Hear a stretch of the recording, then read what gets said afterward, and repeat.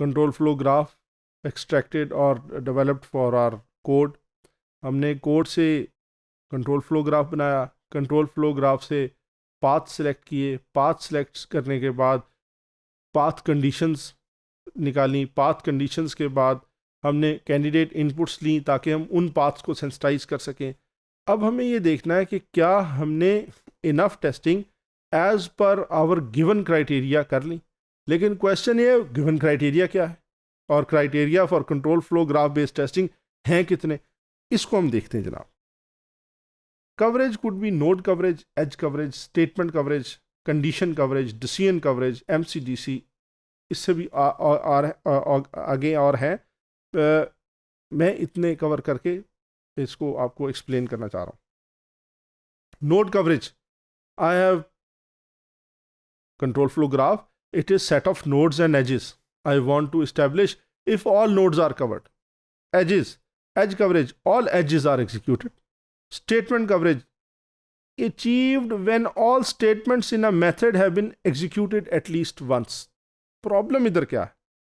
Problem इधर ये है कि अगर मैंने let's say I consider statement coverage में इफ़ अगर मैंने एक दफ़ा इवेल्युएट कर दिया, इफ़ से 4 पॉसिबल ऑप्शन थी, इफ़ ए और बी एंड सी। अब आप गौर कीजिए मेरे पास 4 की 4 ऑप्शंस, इफ़ मैंने एक ही दफ़ा अगर करना है तो एक दफ़ा तो हो जाएगा, लेकिन तमाम possible conditions I want to test, अगर एक सिस्टम को अच्छा टेस्ट करना है तो I want to test the system and find out if all conditions they are properly met, हर ब्रांच प्रॉपरली एग्जीक्यूट हो रही है और एज पर माई एक्सपेक्टेशन हो रही है। So statement coverage will give you kind of a very weak coverage. Her statement एक दफ़ा टेस्ट हो गई तो ये आपको गौर करना पड़ेगा कि दिस मीन्स कि ये coverage for a stringent coverage कुछ और होगी, या फॉर कवरेज क्राइटेरिया कुछ और होगा, for kind of weak coverage criteria कुछ और होगा। हम एक एग्जांपल ले लेते हैं। आप देखिए एक कोड है जिसमें एक्स और वाई एंड जेड, हमारे पास लेट्स से 3 प्रेडिकेट थे एक्स वाई जेड, तो हमने कहा जी या एक्स हो जाए या वाई हो जाए और एंड देन इनको हमने एंड कर दिया with Z. Condition coverage, each boolean expression X Y and Z in above statement should be evaluated to either true और फॉल्स। अब आप गौर कीजिए दिस मीन्स कि हमने कहा जी ईदर ट्रू, अच्छा जी एटलीस्ट 1 टाइम। अब देखिए हमने अगर इसको हम लेंगे तो पहले हमने X and Y and Z तीनों को ट्रू ले लिया, फिर X and Y and Z तीनों को फॉल्स ले लिया, टेस्ट केस कंप्लीट होगा। कितने ये स्ट्रॉन्ग कवरेज क्राइटेरिया था ये हम बाद में बात करते हैं, लेकिन आप देखिए टेस्ट केसेस बस इतने चाहिए थे। अगेन एक और एग्जांपल लेते हैं जिसके अंदर हम डिसीजन कवरेज लेते हैं। We need to ensure if statement evaluates to true and false at least once, यानी इफ पहले ट्रू में जाए और देन फॉल्स में चला जाए। अगर आपने ये भी करना है तो वो जो टेस्ट केसेस हमने पिछले केस में लिखे वो भी काफ़ी हो रहे हैं इधर। थोड़ा स्ट्रिंजेंट कवरेज क्राइटेरिया लिखते हैं विच इज़ कॉल्ड मॉडिफाइड और मल्टीपल कंडीशन डिसीजन कवरेज।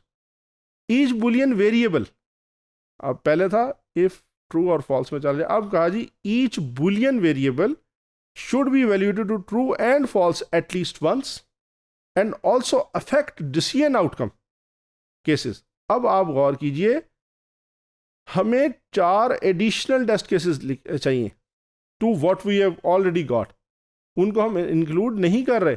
आप देखिए इसीलिए T3, T4, T5, T6 कर रहे हैं हम। यहाँ पे हमारे पास T1, T2 हमने इनको भी इंक्लूड कर लिया है, तो जगह की स्केर्सिटी की वजह से हम उनको अभी इधर नहीं लिख रहे हैं, वरना वो भी इनमें हैं। अब हमने क्या किया, पहले 2 को F फॉल्स लिया, तीसरे को ट्रू किया और करते करते हमने सबको ट्रू और सबको फॉल्स करके देख लिया। अब आप गौर कीजिए अब मुझे 6 टेस्ट केसेस चाहिए फॉर MCDC और इधर मुझे 2 टेस्ट केसेस चाहिए। एक और एग्जाम्पल से मैं आपको एक्सप्लेन करने की कोशिश करता हूँ। आप देखिए सम्शन को पहले देख लें। दिस मीन्स कि मुझे ये एक क्राइटेरियल सबसम्पशन नज़र आ रही है, आप इधर गौर करें, मेरे पास MCDC में डिसीजन कवरेज आ रही है, whatever the test cases are here T1 and T2। अगर मैं इधर से जाऊं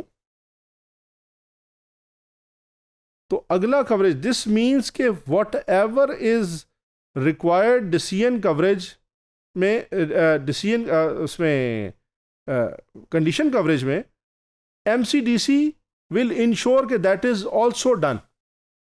This means a test criterion C1 subsumes C2. यहां पे मैं कह सकता हूं कि C1, if C1 is equal to condition coverage and C2 is equal to MCDC, तो this means कि MCDC अगर मैं इसको लगाऊं ऐसे करके ऐसे, तो कंडीशन कवरेज इसके अंदर है ऑलरेडी, इसमें अवेलेबल है या ऑलरेडी इसमें कवर्ड है. What we want to say, criteria subsumption, a test criterion C1 subsumes C2 if and only if every set of test cases that satisfies criterion C1 is included in C2, और C2 is all, जो मेरे पास जो एक criteria, let's say मैंने C1 condition को कहा है C2, this means के C2 में जितने टेस्ट केसेस होंगे C1 में वो सारे के सारे इंक्लूडेड होंगे and may be more. In our case edge coverage subsumes node coverage, however coverage does not depend on number of test cases. ये बड़ा इंपॉर्टेंट है कि नंबर ऑफ टेस्ट केसेस ही नहीं है, it is the coverage. For example, अगर मेरे पास एक टेस्ट केस है जो बहुत ज़्यादा नंबर ऑफ नोड्स या एजेस को कवर कर रहा है, तो अगर मेरे पास एक और टेस्ट केस होगा जो इससे कम नंबर ऑफ नोड्स को कर रहा है, तो वो हो सकता है मेरे पास एक में नंबर ज़्यादा हो, एक में नंबर कम हो, नंबर ऑफ टेस्ट केसेस, लेकिन जो size of the test case है और जो नोड्स की कवरेज है या जो एजेस की कवरेज है वो डिफरेंट होगी. अब हमने एक और एग्जांपल ले ली, test cases for paths. Let's say path है मेरे पास 1 2 4 5 6 8 9 10 एंड 1 2 3 5. अब मैं इसको आपको दिखाता हूं जनाब कि कैसे बनेगा. ये मेरा कोड था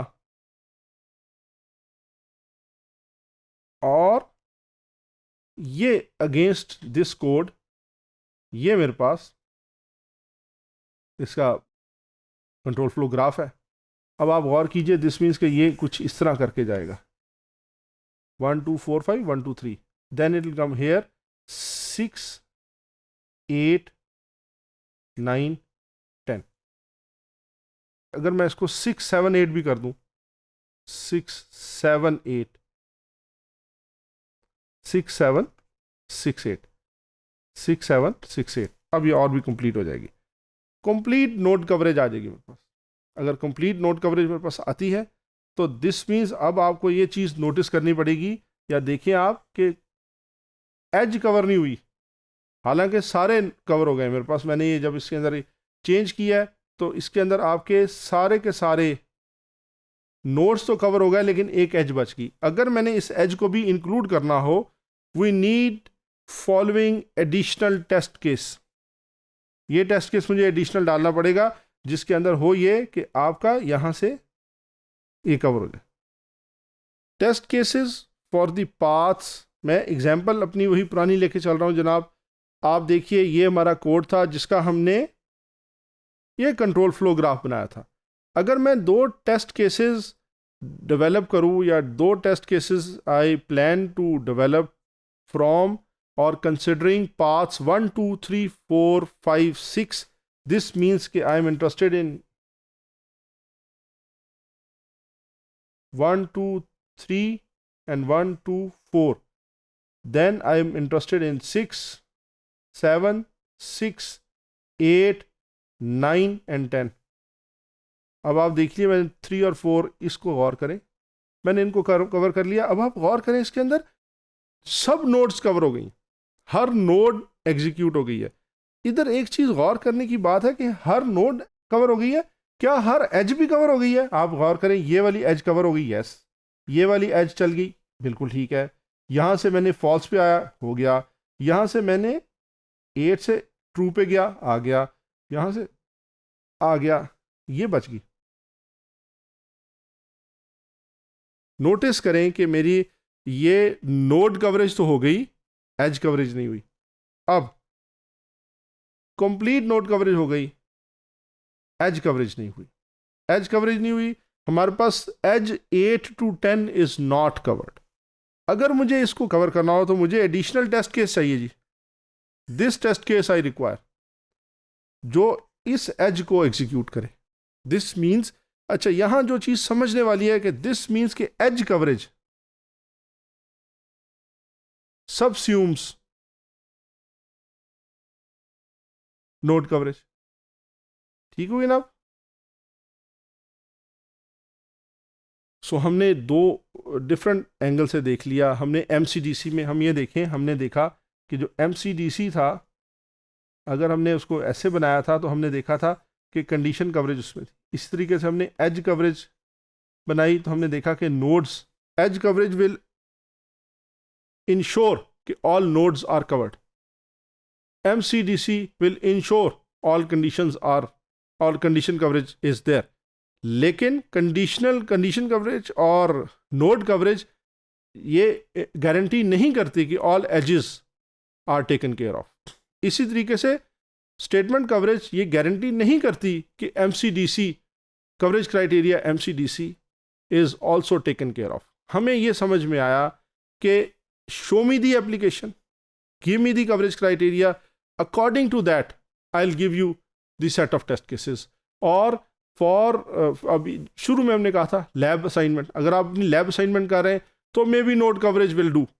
लेकिन अगर आप एप्लीकेशन डेवलप कर रहे हैं, let's say for highly sensitive और highly secure data handling, data processing, आपको for example for medical application, medical imagery के लिए, तो अब आपको एक स्ट्रिंजेंट कवरेज क्राइटेरिया होगा। यहाँ हमने ये भी नोटिस किया कि टेस्ट केस का नंबर ऑफ टेस्ट केसेस नहीं मैटर करेंगे, टेस्ट केस का साइज या टेस्ट केस का जो जितने नंबर ऑफ नोड्स को कवर कर रहा है, जितने बड़े पाथ को एग्जीक्यूट करा रहा है, this will matter as well.